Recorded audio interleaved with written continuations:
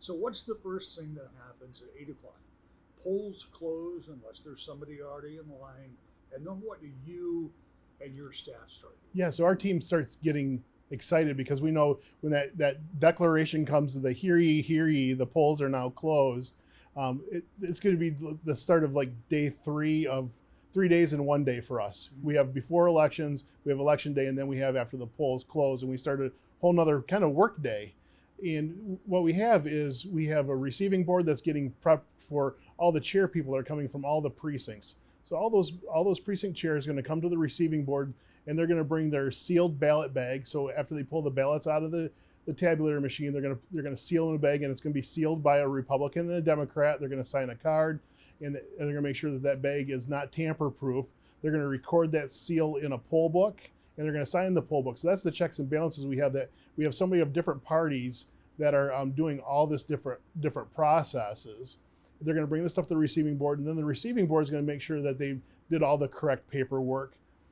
And then at the same time, when those tabulators were all closed, they're going to break the seal on the tabulator. They're going to take the memory cards out, which is where all the memory of the what's happening all throughout election day on that tabulator. They're going to seal those in a separate bag, and that's going to come to the receiving board as well. At the receiving board, they're going to deliver that bag to the election commission, and then we're going to take that media and load it up into our election management system and then securely transfer that to the county. And that's how we get those early results that you see scrolling on the bottom of the screen. Let's start with the immediate getting things ready to go. And one of the checks and balances, as you point out, Republican, Democrat sealing the ballots. But another very important part of that checks and balances is you have ballots and you have electronic media. So it's not like the electronic media, should it be corrupted? Not suggesting it would be. You still have the ballots. So we have ballots, and that's the one thing in Michigan is that every voter is going to vote on a piece of paper in the state of Michigan. Even if they're going to vote using a voter assist terminal, that's still going to produce a piece of paper. So when we do a recount or an audit, we're going to be counting actual pieces of paper. It's not a computer software somewhere in the ether or on a flash drive that we have to try to recreate. We're going to see the ballots that voters actually voted. What is the process for absentee and early voting? Because you'll have 9 days of early voting before the election, in-person early voting. 40 days, 45 if it's military, but 40 days for most people who vote absentee. Are those ballots treated differently, or do you prepare those and tabulate those all at the same time? So our tabulators are always tabulating. As soon as one ballot goes through a tabulator, it is tabulated.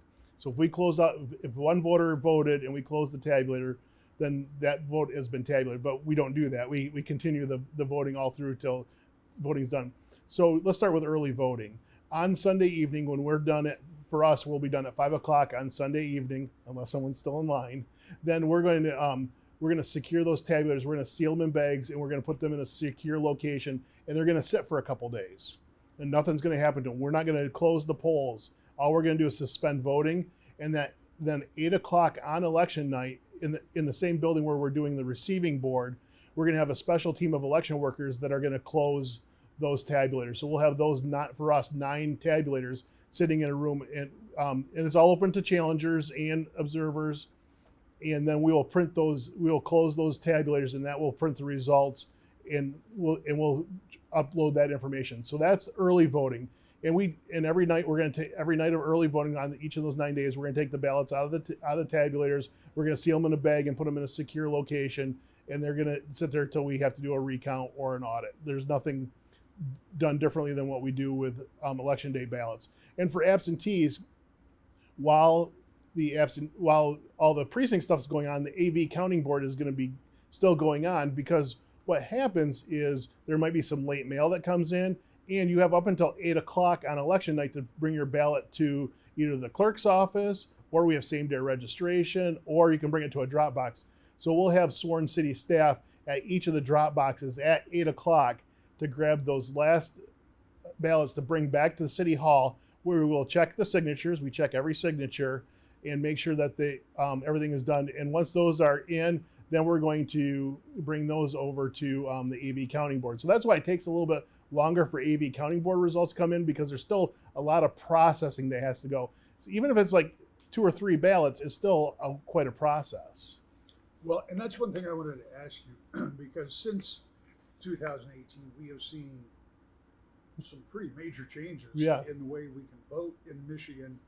What has that done for your need for staff and, or maybe more important, volunteers when it comes to election night?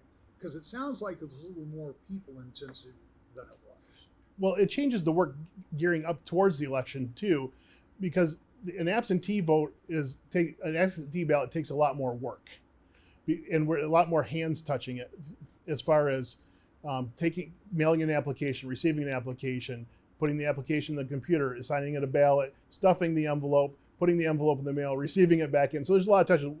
Whereas someone goes to early voting or to a precinct, they're just going to give a ballot and you put it in the tabulator. Right. So it's a little intensity. But what it does do, though, is it takes a lot of pressure off the precincts on election day as well.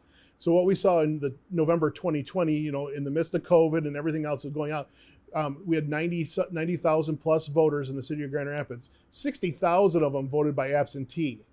Wow. Election day from 7 a.m. to 8 p.m. was very quiet that day. It was a very quiet day. But if you remember, we were in absentee counting board for, we didn't stop counting until 3 o'clock the next day. And we keep counting until every ballot is counted. And that's some of the stuff that we've heard is like, well, there's ballots showing up. Well, no, we still have to count ballots. It takes time and effort to make sure that every one of those ballots is properly cast. Well, everything we've done in the past 8 minutes has been to explain the checks, the balances, transparency, and why people should have confidence in the election process. And I told you in all fairness when we sat down that I go back to 2000. Candace Miller, then the Secretary of State, walking me through and showing me the process in the state of Michigan and how it works and why paper ballots and electronic tabulating, all of those different things serve to create a reliability in our election system. And I've seen nothing to change my mind about that in the ensuing almost 25 years. But you're somebody who is hands-on, who has done it for a lot of time, a long time, and you see it up close, you train the people, you work with the people who do it. How would you convince people who are still skeptical about the security of our elections? And you can speak directly to the city of Grand Rapids. How do you convince them that, look, one vote, it gets counted, and that's that? Yeah, and so what we said is sign up to work. Be if you think there's a problem, I guess be part of the problem. But no, not. I say that glibly, but be an election worker. And what we found out is after 2020, we got a list of potential workers from the Kent County Republicans and the Michigan Republicans saying, hey, these are people that have some questions and they want to work elections. We want to be in the, or as Aaron Burr said, he wants to be in the room where it happens. Be in the room where it happens. Sign up to be an election worker. See what it is. And what we had in the midterms was we had a lot of people that had questions in elections come to election training, go to precincts and work, go to the AV counting board. And what they found out is like, wow, there's a lot of stuff happening and there's a lot of checks and balances. What I heard a lot is we never knew, ... We never knew that there was these signatures. We never knew that there's so many people. When you look at Michigan, you just, a while back you had county clerks in here talking. Think about it. We have 83 county clerks.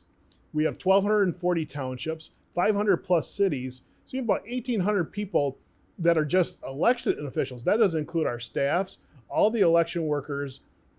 This is a very decentralized system. Whereas in most states, it's county-run elections, but we are so decentralized that there's just a lot of people that are in the process, all working independently of each other. Well, the process you talked about is the same that will be replicated when I vote in Cannon Township or all of the townships all around. And so you break those down in precincts and you've got all these different people that are involved and touching these ballots. Listen, I appreciate your time.